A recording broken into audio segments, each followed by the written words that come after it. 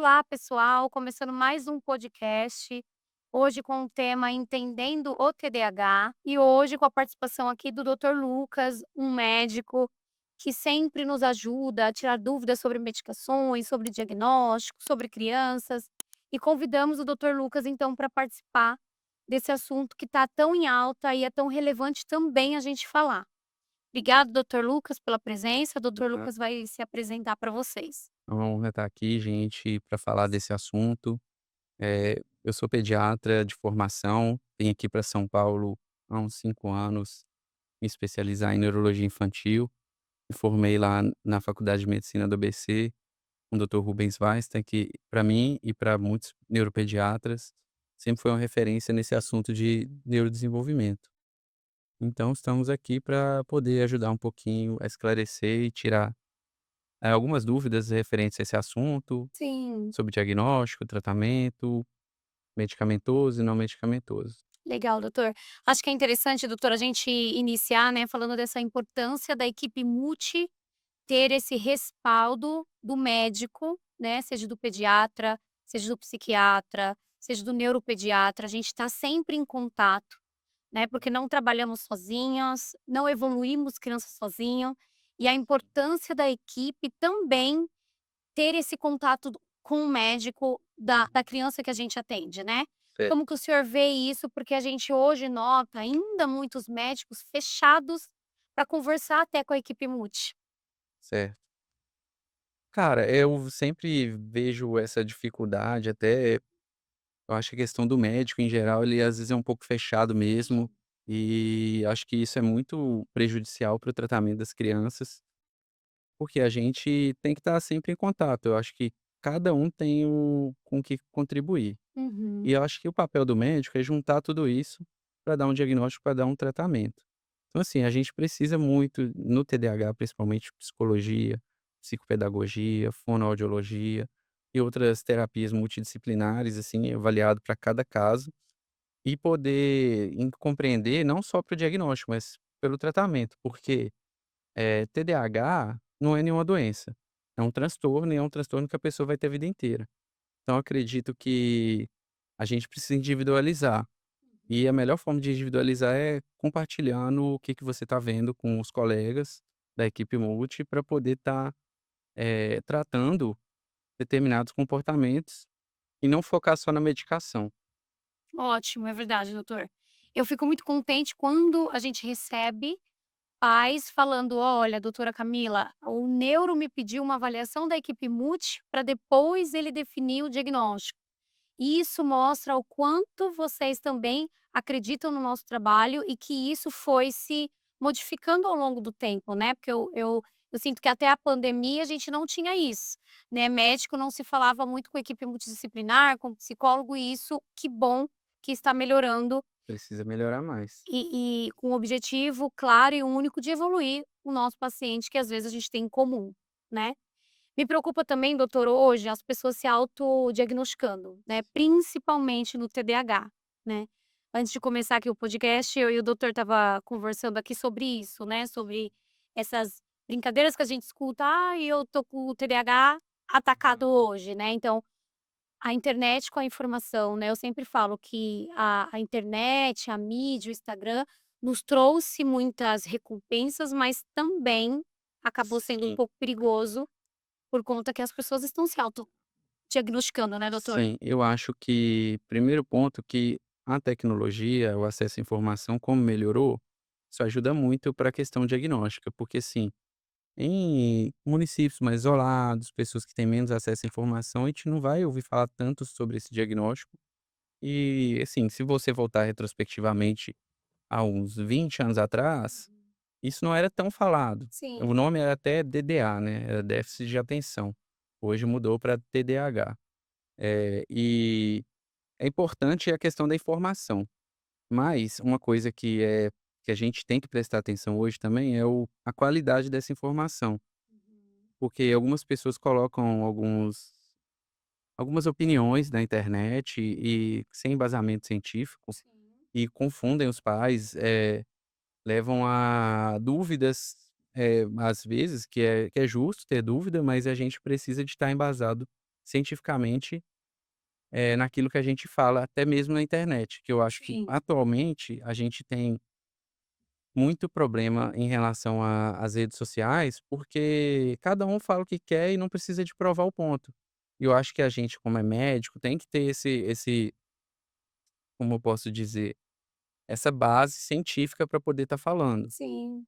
E a questão também que muitas pessoas vêm falando assim: "Ah, eu vi, fiz um teste na internet do diagnóstico", e assim, o TDAH é mais complicado do que isso, não é simplesmente você ir na internet e responder um questionário que você vai ter TDAH, você tem que ver uma série de coisas.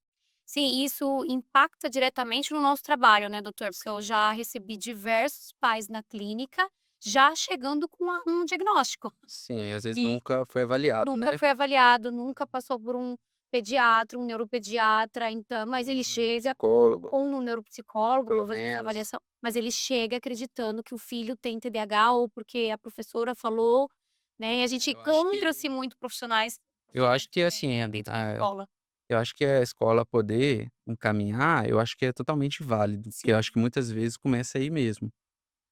Mas é o começo, né. Tem que ter calma, é um diagnóstico que exige, às vezes, mais de uma consulta médica e, às vezes, avaliações e algumas vezes até exames. sim. Mas o diagnóstico é clínico e depende do comportamento e de alguns sintomas que a pessoa tem, que é visto em consulta. Sim, legal você falar da avaliação, né, que às vezes a psicóloga, ela utiliza de 8 a 10 sessões para diagnosticar ou pra colocar no laudo dela uma indicação, uma hipótese diagnóstica Sim. para um TDAH, para que o médico feche o diagnóstico, né. Para que ele veja se, além desses testes que ela fez, tem alguma questão orgânica por em volta, que pode acontecer algumas questões que precisam ser avaliadas também, Claro, desse ponto de vista, para ver se aquele teste teve influência.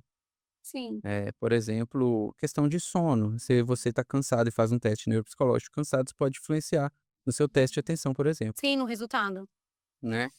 Doutor, então vamos falar, a gente já começou falando, né, Outras sobre coisas. o autodiagnóstico, mas vamos falar agora, né, para quem está nos assistindo e que tem essa dúvida, o que de fato então é o TDAH?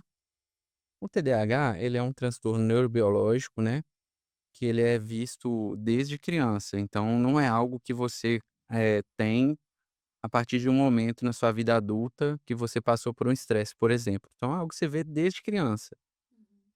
O TDAH ele, eu costumo usar de base o DSM-5, né, Sim. como classificação do TDAH, e lá está descrito da seguinte maneira, que a gente tem que ter déficit de atenção em um ou mais ambientes. Uhum. E isso é visto desde criança, isso são a forma de classificar o TDAH, mas a origem dele está relacionada com a dopamina e no autocontrole, na atenção e na impulsividade, em que às vezes a pessoa com TDAH tem dificuldade nesses 3 âmbitos. E aí, às vezes, a gente costuma até classificar o TDAH em desatento, combinado ou aquele tipo mais impulsivo. É a importância aí que entra a psicopedagoga, né, trabalhar essa atenção, esse foco que são as funções executivas, para que a gente tenha um resultado. Melhor. A questão, assim, você conhecer o paciente e entender qual é o perfil dele, porque às vezes é um TDAH mais desatento, às vezes vai ser determinada medicação. E às vezes quando é um perfil mais impulsivo, você precisa de uma outra medicação, né, que no caso eu gosto bastante dos psicoestimulantes para o desatento, mas nem sempre o perfil impulsivo vai precisar dessa medicação nesse momento. Existem outras como a atomoxetina, a nortriptilina, que podem também ser usados, que são pouco falados, mas a gente em consultório tem essa prática também eh, a gente tem várias medicações que podem ser usadas, né, porque, o que a gente vê mais as pessoas comentando são mais os psicoestimulantes, que são muito importantes, principalmente nos sintomas de desatenção. E claro que a gente também tem que focar em relação ao tratamento não medicamentoso. E Sim. aí a gente mais ainda vai precisar da avaliação para poder entender qual tipo de sintoma que a pessoa precisa te tratar. Sim, e aí é onde entra a equipe multi, né, de psicologia, de Sim. psicopedagogia, de neuropsicólogo. Doutor, quais são então os sintomas que os pais precisam estar mais atentos para Talvez procurar então uma equipe multi ou um médico? Olha, assim, os sintomas começam a aparecer mais na fase ali escolar, quando a criança começa a perceber, a pessoa começa a perceber que ela não fica sentada na cadeira durante o tempo que precisa para focar na atividade, a criança fala em excesso ou interrompe, às vezes até em casa também, aquela criança que não consegue esperar a vez dela, pede material escolar, né, e tem uma agitação acima do comum e falta de atenção também. Às vezes você chama ela, ela não responde primeiro, você tem que falar 2, 3 vezes a mesma coisa, né. E esses são os sintomas de TDAH. Agora você tem que ver por quê. Ah, se a pessoa não está prestando atenção, ela dormiu bem esse dia, né, ela está com fome, você tem que ter todo esse olhar para entender os sintomas, né. Sim.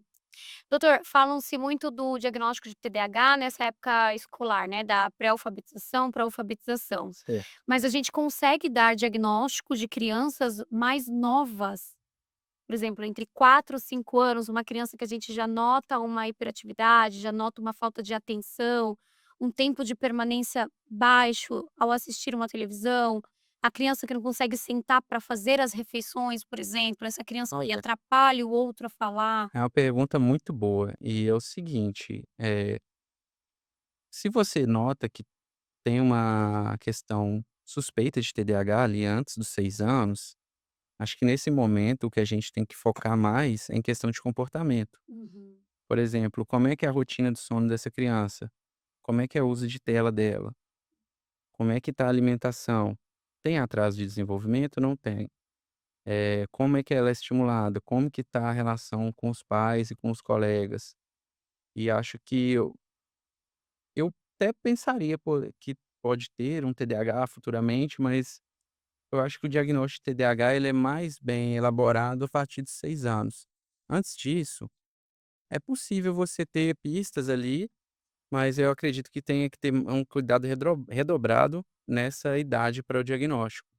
É, acaba confundindo um pouco, né, então a minha criança tem uma hiperatividade, pronto, ela já tem um TDAH, e é isso, às vezes o sono está impactando nessa atenção e nessa inclusive hiperatividade, né. A gente tem na clínica a Márcia, que é a fono, especialista também em desenvolvimento infantil, e ela frisa muito também a questão, por exemplo, da carne esponjosa, a criança que é respirador oral, res Influencia, influencia também, né, nesse foco, nessa atenção, nessa hiperatividade. influencia, porque se a criança não dorme bem, não tem um sono recuperador, ela pode ter mais falta de atenção. Então tem que ser visto tudo isso. A questão nesse quesito aí, que quando você tem esse tipo de sintoma, você tem que procurar os outros, né. Quais são as outras características do TDAH? Tem as outras também? Vai tratar a questão aí do sono, às vezes até com cirurgia para hipertrofia de adenoide, que é muito comum, Sim. e você vê se melhora ou não. E também você vai ver a questão genética, porque o TDAH ele tem uma influência muito grande nesse ponto de vista. Então você tem que ver diversos sintomas, que tem sintomas do TDAH que não são necessariamente, por falta de atenção. É, esse ambiente familiar também a gente precisa avaliar, né. Com certeza. Onde essa criança mora, como que é esse ambiente familiar e como que tá esse emocional dessa criança. Porque crianças com ansiedade também acabam confundindo um pouco com o diagnóstico de TDAH? Sim, muito comum. E aí a gente precisa justamente ver, eh, quais os sintomas de ansiedade que ela tem, se ela tem crise fóbicas, se ela tem palpitação, o motivo disso. Para não deixar passar, porque é muito importante, no caso de as pessoas ou crianças com transtorno de ansiedade, a gente fazer, às vezes, o tratamento da ansiedade antes de dar um diagnóstico ou de entrar com medicações para o TDAH. Assim como também o TOD, né, o transtorno positivo desafiador, Uhum. que muitas vezes a criança está mais irritada, mais opositora. Você precisa de focar naquilo primeiro para depois ir para o TDAH. É muito comum a gente ter que fazer essa separação. Ó, primeiro vamos tratar essa aqui que é prioridade, e aí a gente vai ver como que vai ficar depois, se realmente tem um TDAH ou não. Isso aí pode ser feito e é bom que seja feito, e focar naquilo que está mais grave a princípio. Para diagnóstico, né, mas a gente Sim. confirmar um diagnóstico, a gente vai descartando outras possibilidades, né, isso é super importante. Doutor, estresse, a ansiedade que a gente falou e a alimentação das crianças. como que esses aspectos influenciam, então, no comportamento e na atenção da criança? O estresse ele aumenta o cortisol, né, e pode também estar levando a sintomas, às vezes, de irritabilidade na criança, que pode estar confundindo ali com uma questão de agitação. Pode também a gente ter a questão da ansiedade, que a criança, às vezes, ela está sofrendo, porque está pensando muito, às vezes ela sofreu algum tipo de negligência ou um bullying, e ela tá ali na escola, não consegue prestar atenção porque está preocupada com ela. E não necessariamente ela não está prestando atenção, é só porque ela realmente não está conseguindo ficar bem ali naquele ambiente por medo excessivo. Às vezes você tem que tratar isso, e a questão da alimentação também, se a criança não come bem, às vezes chega lá na escola, tá com fome, eh, ou então come, alimentos com muito açúcar, que pode deixar mais agitado, isso pode influenciar. Aí a gente tem que corrigir tudo isso, né, antes de, às vezes, pensar em medicação. Pode até você fazer os 2 juntos, depende da gravidade do caso.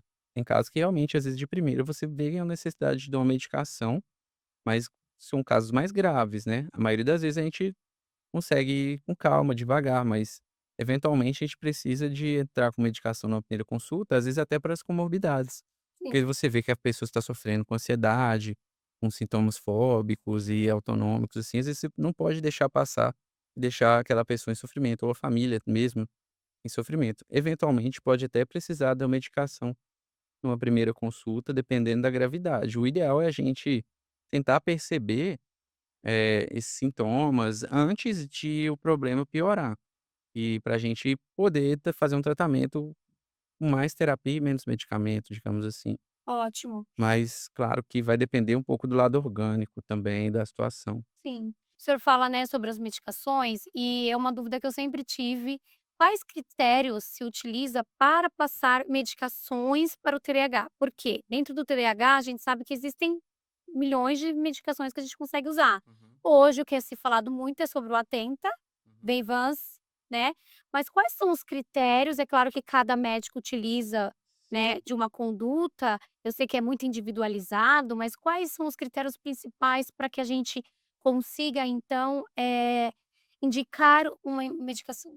Bom, primeiro assim, eu acho que quando é um problema mais pedagógico, eu acho que você avalia o nível de prejuízo que aquela criança tem, Tá. a série que ela tá, tipo, o que que tá sendo cobrado. Se você já conseguiu fazer adaptações, já fez às vezes terapias, e se essas terapias falharam em relação à alfabetização, você vê que já está ficando algo insustentável, às vezes você precisa de entrar com um psicoestimulante, né, pra aquilo não virar um problema, porque a vida vai indo, e a escola vai só ficando mais difícil, então não adianta, porque a criança fica na escola muito tempo na vida dela para ficar lá, né, só fazendo bagunça Sim. ou pensando em outras coisas. Então tá ali para aprender mesmo, a gente não pode negligenciar isso, porque futuramente isso vai gerar outros problemas na vida dela. Então acho que isso a gente leva muito em consideração, a gente leva em consideração também os possíveis efeitos adversos, por exemplo, se é uma criança que já não come muito bem, tem um problema de ganho de peso, você vai considerar, por conta que os psicoestimulantes eles podem tirar um pouco do apetite, se isso é um problema. Agora, às vezes, a pessoa ela já tem uma compulsão alimentar muito grande. Aqui o TDAH também pode estar levando. Então você junta as 2 questões e tenta escolher uma medicação para aquilo. E aí, no outro lado, assim, por exemplo, a tamoxetina, a nortriptilina, são medicações que às vezes você vê que a pessoa está com problema de impulso. Às vezes, não dorme, ou tem problema de uso excessivo de telas, hiperatividade, às vezes até comportamentos mais de agressividade por conta de uma irritabilidade maior, da impulsividade, a gente pode precisar da tamoxetina ou nortriptilina ou outras medicações, às vezes ansiolíticas, para ajudar nesse ponto. E você considera como que está sendo o tratamento, você considera, ela já está em tratamento terapêutico com a equipe multi? A escola já está tentando adequar? A família já ambientou melhor ali a criança, está tendo rotina? E a gente também avalia até a questão de custo também, né, do que pode ser feito para você ver a medicação, porque, infelizmente os medicamentos para TDAH às vezes ainda têm um custo elevado, Sim. e você tem que considerar tudo aquilo para a pessoa, e aí você decide aquilo em consulta com a pessoa, conversando. tentando ver qual que seria o melhor perfil e a preocupação, às vezes, da família e o que realmente acontece com a criança. Porque preocupações, às vezes, excessivas e você vê que, às vezes, a criança ela tem uma dificuldade, numa escola X, que é uma escola muito puxada. Só que se você coloca ela numa escola que é mais tranquila, às vezes ela tá bem, então você não necessariamente vai medicar ela, só porque ela tá numa escola muito difícil e não tá dando conta. Você vai ter que alinhar tudo isso, que isso acontece com muita frequência inclusive. É importante, né, doutor, então os pais saberem que a gente leva em questão várias situações da vida dessa criança, tanto familiar, econômica, a escola, para que a gente consiga fazer um tratamento, então, bem eficaz. É importante porque muitos pais também têm essas dúvidas, né, ou essa dúvida pontual que eu tinha, quais critérios se usa para não dar uma atenta e entrar com outra medicação. Agora, doutora, a gente sabe que o TDAH ele impacta na vida, né, da criança, muitas vezes escolar. E o que que o professor, então, o que que essa escola precisa? Quais são os sintomas principais para um encaminhamento? Olha, eu acho que um seria a questão de agitação, porque às vezes você está tentando administrar ali a sala de aula, a criança não senta, não para, às vezes se coloca em risco, você vê, tá subindo na janela, então às vezes ela pode até tomar o risco de acidente, é a questão de falar em excesso, às vezes até essa agitação pode atrapalhar até no social da criança, que às vezes o amiguinho não quer brincar porque a criança é muito impulsiva, "Ah, ela já me empurrou, ela brigou por conta dessa impulsividade". Então acho que dá para ficar atento nesse ponto de vista ali na sala de aula, no pátio. Questão de desatenção, quando você vai ali fazer uma atividade que você tem que ficar toda hora chamando, toda hora colocando ali no foco, você falou uma 2 3 vezes e ela não tá pensando, aí você pode pensar nisso, né, claro que vai conversar com a família de forma, eh, calma e para tentar entender o que está acontecendo, eu acho que não tem problema nenhum. Em relação à impulsividade também, eu acho que esse é uma coisa que a gente vê mais até nos meninos. As meninas, às vezes, elas são mais tranquilas, têm mais desatenção, acaba passando desapercebido, né, devido à questão de elas serem mais tranquilas e terem mais, às vezes, falta de atenção. E isso você vai ver, às vezes, na hora que você chama, se ela responde de imediato, se ela demora muito, se ela estava pensando em outra coisa, né, por isso não respondeu, e se ela sempre tá assim. Por exemplo, eh, eu acho que é mais, assim, a questão também de perda de objetos na escola, se entrega o dever, se, consegue se organizar, né, em relação aos coleguinhas ali da mesma idade, né. Certo. Doutor, hoje, falando aí na escola, tem indicação para crianças com TDAH a acompanhante terapêutico, por exemplo? Normalmente não. Eu acho que se tiver comorbidades, aí tem que se pensar, mas em si pelo TDAH não muito, né. Acho que tem, assim, uma preocupação em às vezes precisar de adaptar um material escolar, sentar na frente, ficar atento ali, ó, tentar usar uma didática em que prenda melhor a atenção, tentar conversar com os pais, perceber como que ele aprende melhor. O acompanhante não terapêutico normalmente não é necessário. Ah, entendi. E qual que é a sua visão sobre a importância da avaliação, então, multidisciplinar antes, talvez, de dar um diagnóstico de TDAH? Ah, eu acho isso muito importante, até porque tem testes, voltados para atenção, Sim. que é feito em ambiente controlado, a gente precisa de ver isso muito bem, porque o diagnóstico de TDAH não é um diagnóstico que você vai ter hoje e amanhã vai deixar de ter. Você vai ter a vida inteira. Então eu acho que, primeiro que ninguém tá morrendo, que não é uma doença. A gente pode ter calma para fazer o tratamento e para fazer o diagnóstico, né, muitas vezes. E o diagnóstico ele pode ser feito, eh, através de uma avaliação entre o médico, o professor, a família, mas a questão da avaliação neuropsicológica, eu acho que ela é muito importante, porque ela vai te trazer a questão, às vezes, do QI, porque existem diferenças de pessoas com TDAH no QI, então, às vezes um vai ser muito inteligente e vai ficar ali procrastinando, e aí o pai fica naquela, tipo, não sabe se cobra muito, se não cobra. Então, se é um menino muito inteligente, que tá ali de malandragem, você pode cobrar dele. TDAH não é nenhuma bengala que: "Ah, eu tenho TDAH, não vou estudar", não é assim que funciona. Agora, se você tem uma criança que tem uma dificuldade maior e tá se esforçando, às vezes você fica com um pé atrás, você tem que tomar cuidado para o tanto que é a sua cobrança em cima daquela pessoa, porque às vezes ela já se cobra demais e pode ficar deprimida por conta disso. Então só aí no teste de QI já vai ser muito importante nesse ponto. Além de comorbidades, né, dislexia, às vezes questões de TEA, que podem estar associadas, eh, ansiedade e, como eu disse, você pode fazer com calma, a pessoa vai ter isso a vida inteira, então é é válido, porque eu fico pensando assim, tipo, daqui a 20 anos, se ela perguntar para o pai: "Ah, como é que foi o diagnóstico?", eu acho que é válido você ter lá feito os testes adequadamente. Claro que isso, assim, a questão dos testes tem a questão do custo. E aí a gente tem que considerar isso, porque, muitas vezes a gente não tem isso no SUS, e não é todo mundo que tem esses recursos, então a gente tenta fazer isso também de uma outra forma, mas o ideal, o padrão é fazer. Eu acho que, às vezes, você pode adiantar se um caso tiver com muita gravidade de sintomas e está muito óbvio ali.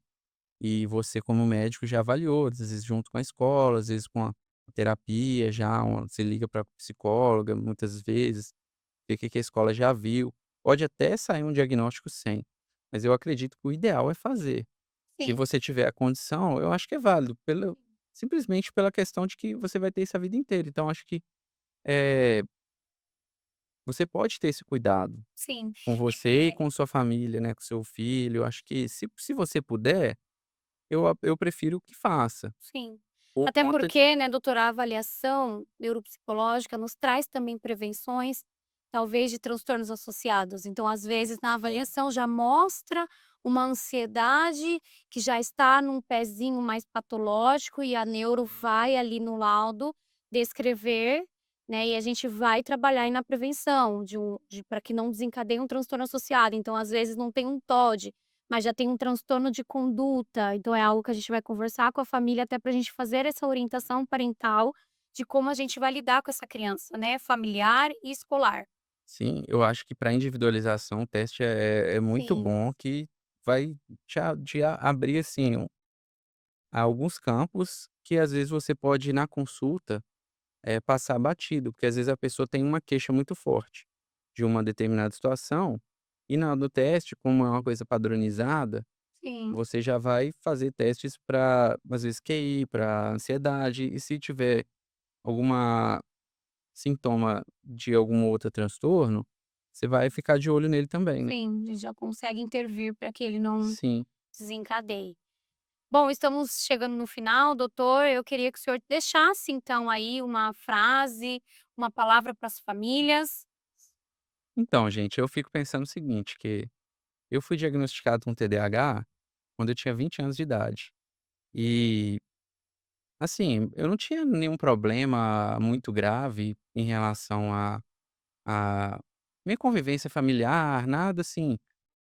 E meus pais eram professores e, assim, eu sempre fui muito bem estimulado, só que chegou um determinado momento em que eu percebi que, né, que não conseguia muito focar, eu não sabia o que que era isso na época.